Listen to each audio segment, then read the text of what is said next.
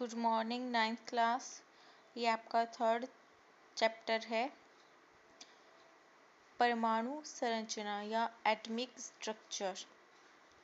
अब तक हमने परमाणु के बारे में पढ़ा था कि महर्षि कणाद ने ईसा पूर्व ये बता दिया था कि पदार्थ को यदि छोटे छोटे कणों में बांटें तो अंत में एक ऐसा कण प्राप्त होता है जिसे हम विभाजित नहीं कर सकते। इस अविभाज्य कण को परमाणु कहते हैं। परमाणु पदार्थ की सबसे छोटी इकाई होता है। एक परमाणु स्वतंत्र रूप से अस्तित्व में नहीं रह सकता और उसे संयोग की आवश्यकता होती है। तो ये एक या एक से अधिक परमाणु मिलकर के अणु बनाते हैं। इसी प्रकार ग्रीक दार्शनिकों ने भी परमाणु के बारे में काफ़ी सारी अवधारणाएं दी। डेमोक्रिटस व ल्यूसिपस ने इस पदार्थ के अविभाज्य कण को एटम्स कहा, जिसका अर्थ होता है कि ना काटा जा सकने वाला। ग्रीक भाषा में जिस चीज़ को हम काट नहीं सकते या आगे विभाजित नहीं कर सकते उसे एटम्स कहते हैं, पर इनका कोई प्रायोगिक आधार नहीं था। तो इसी प्रकार सन 1808 में एक वैज्ञानिक थे जिनका नाम था जॉन डाल्टन। इन्होंने परमाणु के बारे में कुछ निश्चित अनुपात में नियम बनाए जिनको परमाणु सिद्धांत कहा जाता है। इन्होंने कहा कि ये सभी पर द्रव्य के छोटे छोटे कण होते हैं, यानी कि पदार्थ के छोटे छोटे कण होते हैं जिन्हें परमाणु कहते हैं, और पदार्थ इन्हीं छोटे छोटे कणों से मिलकर बना होता है। यह बिल्कुल अविभाज्य होता है जिसको ना तो हम नष्ट कर सकते हैं और ना ही उत्पन्न कर सकते हैं। परमाणु धूल के कण का बिल्कुल छोटा हिस्सा होता है। मान सकते हो कि उससे आगे किसी भी पदार्थ को नहीं तोड़ सकते। आप अगर कोई भी पत्थर का एक टुकड़ा लेते हैं और आप उसे तोड़ना शुरू करते हैं और अंत में बिल्कुल छोटा छोटा इतना बारीक पत्थर का टुकड़ा आपको मिलता है, इतना बारीक कण आपको मिलता है जिसको आप नहीं तोड़ सकते और आप उसे नष्ट भी नहीं कर सकते और ना ही उसे बना सकते हैं। उस कण को परमाणु कहते हैं। और सभी प्रकार के परमाणु जो हैं वो एक तत्व के लिए समान होते हैं। एक पदार्थ के जितने भी कण हैं वो समान होंगे। एक पदार्थ जिन परमाणुओं से मिलकर बना होता है, एक तत्व उसके सारे परमाणु समान होते हैं, समान गुणों वाले होते हैं, और प्रत्येक तत्व के परमाणु का अपना एक विशिष्ट गुण होता है। और भिन्न भिन्न तत्वों के परमाणु परस्पर पूर्ण संख्या के अनुपात में ही संयोग कर यौगिक अणु बनाते हैं। एक या एक से अधिक तत्व मिलकर के यौगिक बनाते हैं, वैसे ही एक या एक से अधिक तत्वों के परमाणु मिलकर के संयोग करते हैं और यौगिक बनाते हैं, लेकिन वो एक पूर्ण संख्या में बनाते हैं। क्योंकि परमाणु को विभाजित नहीं किया जा सकता तो आधा परमाणु कभी नहीं हो सकता। परमाणु संयोग करके रासायनिक परिवर्तन करते हैं। किसी भी पदार्थ के रासायनिक गुणों में परिवर्तन करना परमाणुओं के ऊपर निर्भर करता है। इन सब अवधारणाओं के पश्चात 19वीं शताब्दी के अंदर कुछ प्रयोग किए गए जिनसे ये स्पष्ट हुआ कि परमाणु में कुछ कण उपस्थित होते हैं। परमाणु को बांटा नहीं जा सकता, लेकिन परमाणु के अंदर कण उपस्थित होते हैं। इन्हें परमाणविक कण कहते हैं, यानी कि परमाणु के कण, परमाणविक कण, इन्हें हम सब एटॉमिक पार्टिकल्स कहते हैं। इनकी खोज कैसे की गई, इसके लिए विभिन्न प्रकार के प्रयोग हैं। सबसे पहले हम देखते हैं विद्युत विसर्जन नलिका का प्रयोग। ये परमाणु के भौतिक कण हैं, यानी कि उसकी भौतिक व्यवस्था के अंदर ये कण उपस्थित होते हैं। परमाणु जिन कणों से मिलकर बना होता है उनको हम उसके भौतिक कण कहते हैं। इनका पता लगाने के लिए, इनकी खोज करने के लिए सबसे पहले प्रयोग किया गया विद्युत विसर्जन नलिका का। ये कांच की एक लंबी नलिका होती है, उसके दोनों सिरों पर धातु के इलेक्ट्रोड्स लगे होते हैं और एक पंप जुड़ा होता है जिसे हम निर्वात पंप कहते हैं। और इस निर्वात पंप का उपयोग नलिका के अंदर जो दाब होता है उसको सेट करने के लिए, उसको कंट्रोल करने के लिए किया जाता है। इससे दाब को घटाया जा सकता है, बढ़ाया जा सकता है। इस चित्र में आप विसर्जन नलिका का स्ट्रक्चर देख सकते हैं। इसका प्रयोग सबसे पहले जे थॉमसन ने किया था। उन्होंने इसमें इलेक्ट्रॉन की खोज की थी। उन्होंने उच्च कोटि का निर्वात उत्पन्न किया और इलेक्ट्रोड पर उच्च वोल्टता की धारा लागू की, जिसके कारण नलिका की दीवारों पर हरे रंग का एक प्रकाश या प्रतिदीप्ति उत्पन्न होने लगी, एक स्पार्किंग होने लगी जो हरे रंग की थी। तो थॉमसन ने यह प्रमाणित किया कि जब हम उच्च वोल्टता लगाते हैं तो नलिका के अंदर जो दोनों इलेक्ट्रोड्स लगे होते हैं, यानी कि एनोड्स धन होता है, धन सिरा, और कैथोड जो है वो ऋण सिरा होता है। तो धारा का प्रवाह जो है वो कैथोड से एनोड की तरफ होता है, यानी कि धारा प्लस चार्ज की ओर प्रवाहित होती है। धारा हमेशा नेगेटिव चार्ज से पॉजिटिव चार्ज की ओर प्रवाहित होती है। तो इसका प्रवाह किरणों के रूप में होता है और इन किरणों को थॉमसन ने कैथोड किरणें कहा। कैथोड किरणें इलेक्ट्रॉनिक होती हैं, यानी कि ऋणात्मक होती हैं, इलेक्ट्रॉनिक होती हैं। तो उन्होंने सबसे पहले बताया कि ये जो नेगेटिव चार्ज यानी कि ऋणात्मक ऊर्जा वाला कोई कण है या पदार्थ है जो कैथोड किरणों के समान गुण रखता है, उसे इलेक्ट्रॉन कहते हैं। और इनके गुण होते हैं कि ये सीधी रेखा में गमन करती हैं। कैथोड किरणें हमेशा सीधी रेखा में ही गमन करती हैं। इनसे स्पार्किंग उत्पन्न हुई थी, यानी कि हरे रंग का प्रकाश हुआ था, तो ये प्रतिदीप्ति उत्पन्न करती हैं। ये विद्युत व विद्युत चुंबकीय क्षेत्र से प्रभावित होती हैं। अगर इन पर चुंबक लगा दी जाए तो ये प्रभावित हो सकती हैं, या फिर चुंबक से प्रभावित जो क्षेत्र है उसके अंदर यदि कैथोड किरणों को गुजारा जाए तो उससे ये प्रभावित होंगी। और ये कैथोड किरणें जिन कणों से मिलकर बनी होती हैं, ये ऋण किरणें हैं, तो ऋणावेशित कणों से मिलकर बनी होंगी। और इनके कणों का आवेश और द्रव्यमान एक समान होता है। यह किरणें जो हैं वो पदार्थीय किरणें यानी कि द्रव्य किरणें होती हैं। और ये जिन कणों से मिलकर बनती हैं उन्हें थॉमसन ने इलेक्ट्रॉन नाम दिया। इलेक्ट्रॉन पर ऋणावेश होता है, इसीलिए ऋण किरणें यानी कि कैथोड किरणें जिन कणों से मिलकर बनती हैं उन्हें हम इलेक्ट्रॉन कहते हैं। तो यहाँ तक की खोज विसर्जन नलिका में की गई और जे थॉमसन ने की। इन इलेक्ट्रॉन्स का द्रव्यमान हाइड्रोजन परमाणु के द्रव्यमान का 1/1837वां भाग होता है, यानी कि हाइड्रोजन परमाणु का 1/1837 भाग इलेक्ट्रॉन का द्रव्यमान होता है, यानी कि इलेक्ट्रॉन बहुत हल्के कण होते हैं। और इन्हीं कैथोड किरणों के गुणों से ये प्रमाणित हो गया कि परमाणु के अंदर जो ऋणावेशित कण होते हैं उन्हें परमाणु से अलग किया जा सकता है। और यदि उसे अलग कर दिया जाए परमाणु से तो परमाणु में धनावेश रह जाता है। लेकिन सामान्यतः परमाणु एक उदासीन कण होता है, तो इसका मतलब है कि परमाणु के अंदर ऋण आवेश के साथ साथ धनावेश भी होना चाहिए।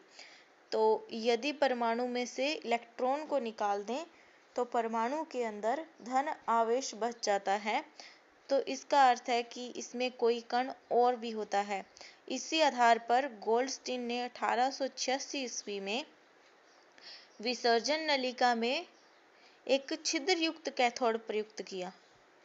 विसर्जन नलिका वही थी, कांच की बनी हुई नलिका, लेकिन इसमें एक छिद्र युक्त कैथोड प्रयुक्त किया और इस पर कम दाब तथा उच्च विभव पर कुछ नए प्रकार की किरणें प्राप्त की, जिन्हें धन किरणें कहते हैं या एनोड किरणें कहते हैं। और ये एनोड किरणें सीधी रेखा में गमन करती हैं।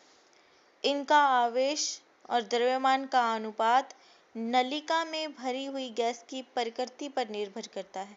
उनका आवेश और द्रव्यमान समान ही रहता है। इलेक्ट्रॉन्स का यानी कि ऋण आवेशित किरणों का द्रव्यमान और आवेश सदैव समान रहता है, परंतु धन किरणों के गुणों में ये प्रमुख गुण है कि इनका आवेश और द्रव्यमान का अनुपात जो है वो नलिका में भरी हुई गैस की प्रकृति पर निर्भर करता है। ये विद्युत और विद्युत चुंबकीय क्षेत्र से प्रभावित होती हैं। ये धन आवेशित कणों से बनी होती हैं और ये होती तो द्रव्य किरणें ही हैं, लेकिन इनके निर्माण के लिए जो कण प्रयुक्त होते हैं, जो कण इनका निर्माण करते हैं, वो भी धन आवेशित कण होते हैं। तो इन्हें प्रोटॉन नाम दिया गया। पॉजिटिव एनर्जी से युक्त प्रोटॉन। प्रोटॉन धन आवेशित कण हैं। इनकी संख्या व आवेश समान होने के कारण इलेक्ट्रॉन और प्रोटॉन की संख्या परमाणु के अंदर समान होती है, इसीलिए परमाणु उदासीन रहता है। और प्रोटॉन का द्रव्यमान इलेक्ट्रॉन से 1837 गुना अधिक होता है, यानी कि प्रोटॉन का द्रव्यमान इलेक्ट्रॉन से ज्यादा होता है। इसी तरह जे थॉमसन ने अपना एक अलग प्रतिरूप प्रदर्शित किया, लेकिन ये प्रमाणित नहीं हो सका। उन्होंने ये कहा था 1898 में कि परमाणु जो है वो 10⁻⁻10 मीटर ठोस धनावेशित गोला होता है, यानी कि इसकी त्रिज्या 10⁻⁻10 मीटर होती है। और ये एक धनावेशित गोला होता है और इसके अंदर ही ऋणावेशित कण होते हैं जो जगह जगह लगे रहते हैं। इलेक्ट्रॉन धंसे रहते हैं इसके अंदर। इसके लिए हम ऐसे समझ सकते हैं कि जैसे तरबूज के अंदर बीज धंसे होते हैं, या फिर एक मिठाई होती है, एक स्वीट होती है जिसको हम पुडिंग कहते हैं, प्लम पुडिंग। इसके अंदर प्लम के टुकड़े जो हैं वो मैदे के अंदर धंसे होते हैं जगह जगह पर। या फिर केक के अंदर जैसे हम सोच लें कि कुछ चेरीज या फिर सूखे मेवे लगे हुए जैसे होते हैं, वैसे ही परमाणु में इलेक्ट्रॉन तथा प्रोटॉन ऐसे ही धंसे रहते हैं। इसे थॉमसन का प्लम पुडिंग मॉडल कहते हैं। उन्होंने बताया कि परमाणु जो है वो एक प्लम की पुडिंग जो होती है उसी तरीके का एक संरचना होती है, लेकिन रदरफोर्ड के अल्फा कण प्रकीर्णन के प्रयोग की व्याख्या थॉमसन का परमाणु मॉडल नहीं कर पाया, इसीलिए थॉमसन के इस प्लम पुडिंग मॉडल को खारिज कर दिया गया। इसको मान्यता नहीं प्राप्त हुई। तो रदरफोर्ड का प्रयोग क्या था वो हम अभी देखते हैं। अर्नेस्ट रदरफोर्ड ने 1911 में सोने की एक बहुत पतली पन्नी, जिसको हम फॉइल मान सकते हैं, जैसे एल्यूमिनियम फॉइल्स होते हैं वैसे ही पतली शीट थी सोने की, जिसका मोटाई का नाप 100 नैनोमीटर या फिर हम इसे 10⁻⁻7 मीटर मान सकते हैं। इस पर अल्फा कणों की बौछार की। ऐसे अल्फा कण थे जिनके चारों ओर जिंक सल्फाइड ZnS का लेपन किया हुआ था और ये वर्ताकार आकार की थी, यानी कि गोलाकार थी। छोटी छोटी गोलिकाएं अल्फा कण थे।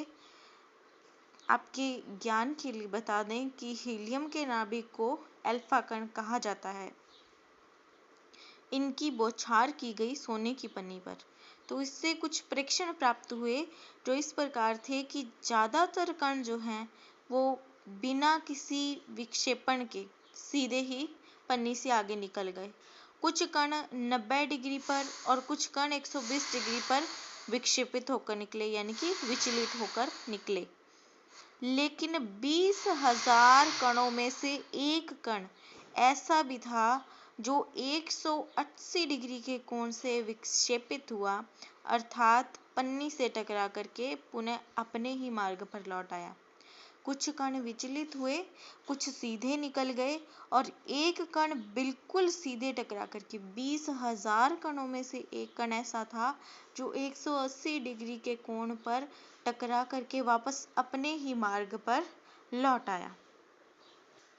और धन आवेश युक्त जो क्षेत्र होता है, जो घेरा होता है, उसका आयतन परमाणु के आयतन की तुलना में बहुत ही छोटा होता है। बहुत ही कम क्षेत्र पर धन आवेशित कण रहते हैं। रदरफोर्ड ने बताया कि परमाणु का ज्यादातर भाग तो रिक्त रहता है। इस पर धन आवेशित जितने परमाणु के कण होते हैं, यानी कि परमाणु के अंदर धन आवेश जो है वो एक जगह पर केंद्रित होता है और इस केंद्रित आकार यानी कि घेरे का जो आयतन होता है, जो स्थान होता है, वो परमाणु के आयतन की तुलना में बहुत कम होता है।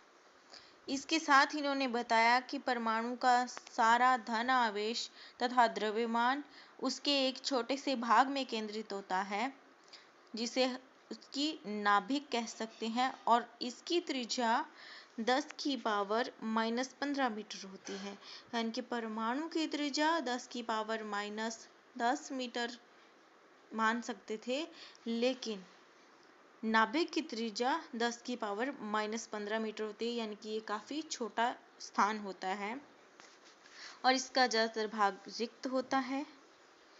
इसके अंदर ऋण आवेशित कण नाभिक के चारों ओर वर्ताकार पथ में तेज गति से चक्कर लगाते हैं और इस वर्ताकार पथ को कक्ष या कोश कहा जाता है। ऋण आवेश बिखरे हुए नहीं पाए जाते। इनका एक निश्चित कक्ष होता है जहां पर ये तेज गति से नाभिक के चारों ओर चक्र लगाते रहते हैं और इस चक्र को या इनके पथ को, एक पथ को कक्ष कहा जाता है अथवा कोश कहा जाता है।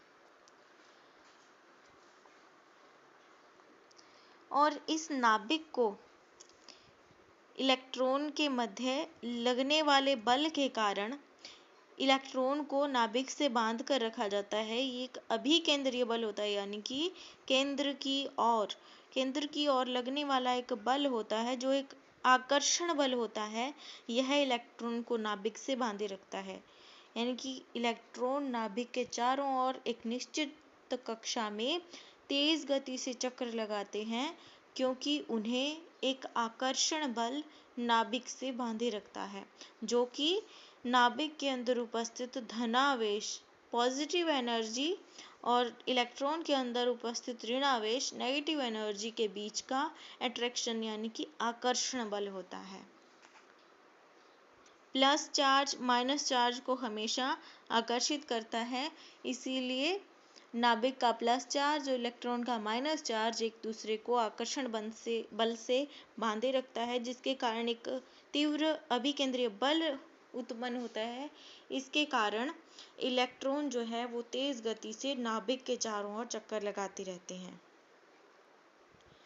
और परमाणु के अंदर जितना नाभिक में धनावेश होता है, इलेक्ट्रॉन पर उतना ही ऋणावेश होता है। इसीलिए परमाणु विद्युत के लिए उदासीन होते हैं जब तक उन्हें बाहर से कोई प्रकार का हस्तक्षेप ना दिया जाए। परमाणु विद्युत के लिए उदासीन ही रहते हैं, क्योंकि उनके अंदर जितना ऋणावेश होता है उतना ही उनके अंदर धनावेश नाभिक में उपस्थित होता है। तो प्लस चार्ज से माइनस चार्ज उदासीन हो जाता है। अभी हम तो ये कह रहे हैं कि परमाणु नाभिक के चारों ओर इलेक्ट्रॉन जो है वहाँ चक्कर लगाते हैं और उनका कक्ष निश्चित होता है या नहीं, इसका निश्चित रूप से प्रमाण रदरफोर्ड नहीं दे सकी। उनकी खोजों के पश्चात एक अन्य आवेश के बारे में खोज शुरू हुई जिसको न्यूट्रॉन की खोज कहते हैं। 1920 में रदरफोर्ड